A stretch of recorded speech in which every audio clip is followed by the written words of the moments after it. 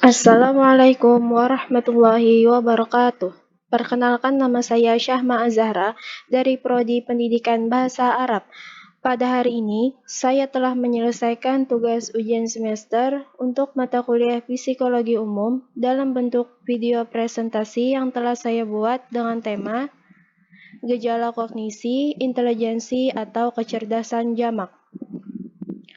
Apa yang dimaksud dengan intelijensi? Clapert dan Stern mengatakan bahwa intelijensi adalah kemampuan untuk menyesuaikan diri secara mental terhadap situasi atau kondisi baru.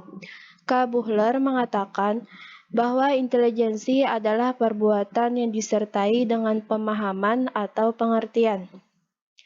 David Webster, definisinya mengenai intelijensi mula-mula sebagai kapasitas untuk mengerti ungkapan dan kemauan akal budi untuk mengatasi tantangannya. Intelijensi mempunyai 3 teori. Apa saja teori-teori intelijensi? 1. Teori two factor. 2. Teori primary mental abilities. 3. Teori triarchis. Intelijensi tiap individu cenderung berbeda-beda. Hal ini dikarenakan ada beberapa faktor yang mempengaruhinya. Apa saja faktor yang mempengaruhi intelijensi? 1.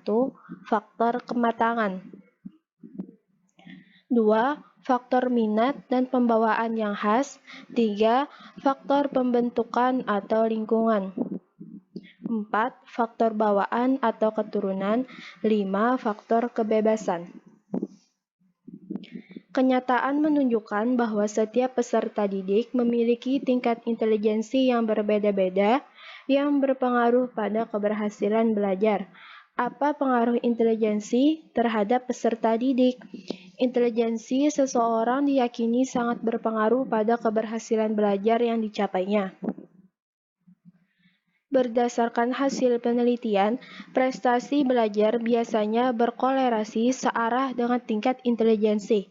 Artinya, semakin tinggi prestasi belajar yang dicapainya, bahkan menurut sebagian besar ahli, intelijensi merupakan modal utama dalam belajar dan mencapai hasil yang optimal.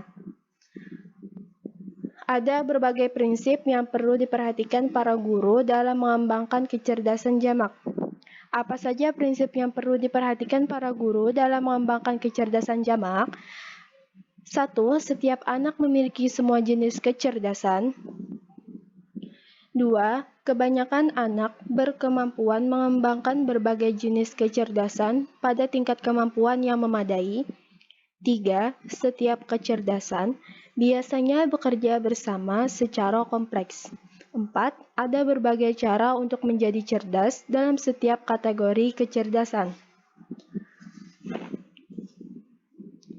Kecerdasan adalah kemampuan memecahkan masalah dan membuat suatu produk yang bermanfaat bagi kehidupan kecerdasan. Kecerdasan jamak adalah teori kecerdasan yang mengemukakan bahwa individu paling tidak 8 kecerdasan. Apa saja jenis kecerdasan itu? 1. Kecerdasan verbal linguistik. 2. Logis matematis. 3. Visual spasial. 4. Kinestetik. 5. Musik. 6. Intrapribadi. 7. Antarpribadi. Dan 8. Naturalis.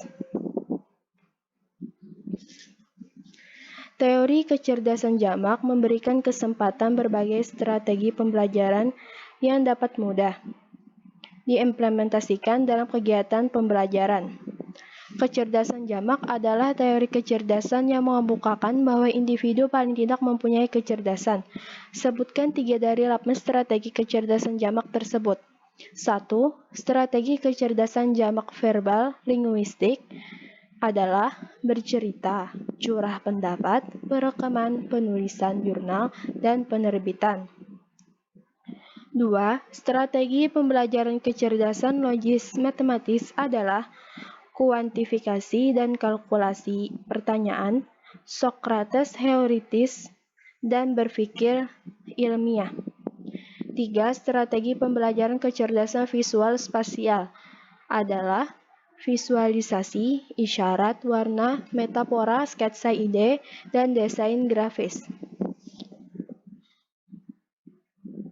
Perencanaan pembelajaran berbasis kecerdasan jamak adalah kegiatan perancangan pembelajaran dengan memperhatikan dan menggunakan 8 jenis kecerdasan yang dimukakan Gartner untuk merancang pembelajaran yang memuat kecerdasan jamak dapat mengikuti beberapa tahap.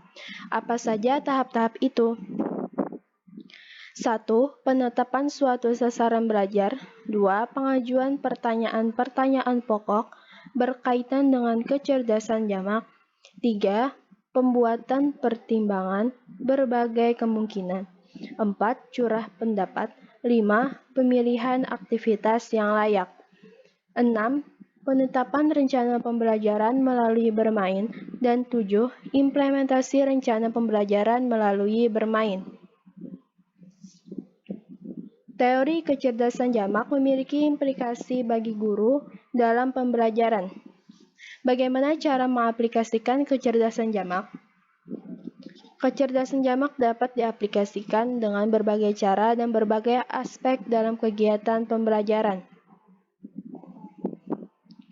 Beberapa aplikasi kecerdasan jamak antara lain berkaitan dengan perencanaan pembelajaran, pengembangan strategi pembelajaran, dan pengembangan penilaian dalam kegiatan pembelajaran. Apakah teori kecerdasan jamak hanya menentukan skor tunggal yang diungkap oleh tes intelijensi? Kecerdasan anak tidak hanya ditentukan oleh skor tunggal yang diungkap oleh tes intelijensi yang hanya mengukur kemampuan anak dalam bidang verbal, linguistik, atau legis matematis. Akan tetapi, anak memiliki sejumlah kecerdasan yang berwujud dalam berbagai keterampilan dan kemampuan, yakni kecerdasan jamak. Sekian presentasi dari saya, dan terima kasih atas perhatiannya. Semoga dengan video presentasi ini dapat menambah ilmu dan wawasan Anda. Apabila ada tutur kata saya yang kurang berkenan, mohon dimaafkan. Wassalamualaikum warahmatullahi wabarakatuh.